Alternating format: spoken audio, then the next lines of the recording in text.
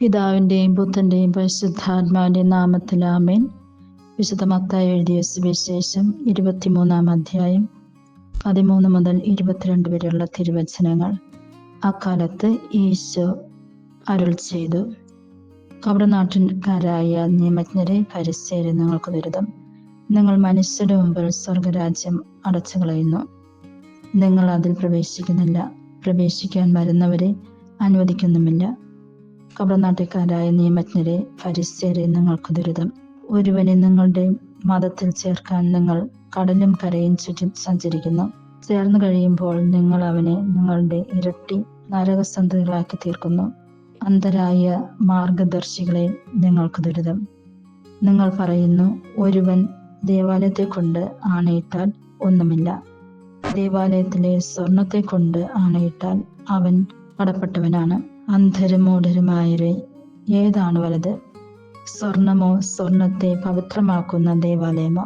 നിങ്ങൾ പറയുന്നു, ഒരുവൻ ബലിപീഠത്തെ കൊണ്ട് ആണയിട്ടാൽ ഒന്നുമില്ല. എന്നാൽ ബലിപീഠത്തിലെ കാഴ്ചവസ്തുക്കളെ കൊണ്ട് ആണയിട്ടാൽ അവൻ കടപ്പെട്ടവനാണ്. അന്ധരെ, ഏതാണ് വലുത്?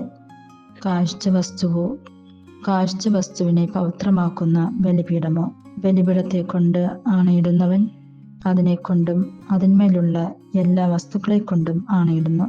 ദേവാലയത്തെ കൊണ്ട് ആണയിടുന്നവൻ അതിനെക്കൊണ്ടും അതിൽ വസിക്കുന്നവനെ കൊണ്ടും ആണയിടുന്നു. സ്വർഗത്തെ കൊണ്ട് ആണയിടുന്നവൻ ദൈവത്തിന്റെ സിംഹാസനത്തെ കൊണ്ടും അതിൽ ഇരിക്കുന്നതിനെ കൊണ്ടും ആണയിടുന്നു.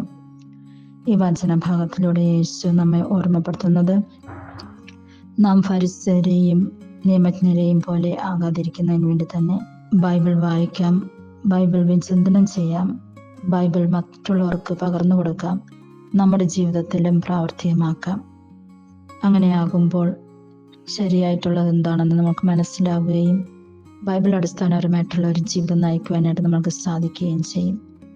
അതിനായിട്ടുള്ള കൃപാവരങ്ങൾ പിതാവായ ദൈവം നമ്മൾക്ക് ഓരോരുത്തർക്കും നൽകട്ടെ.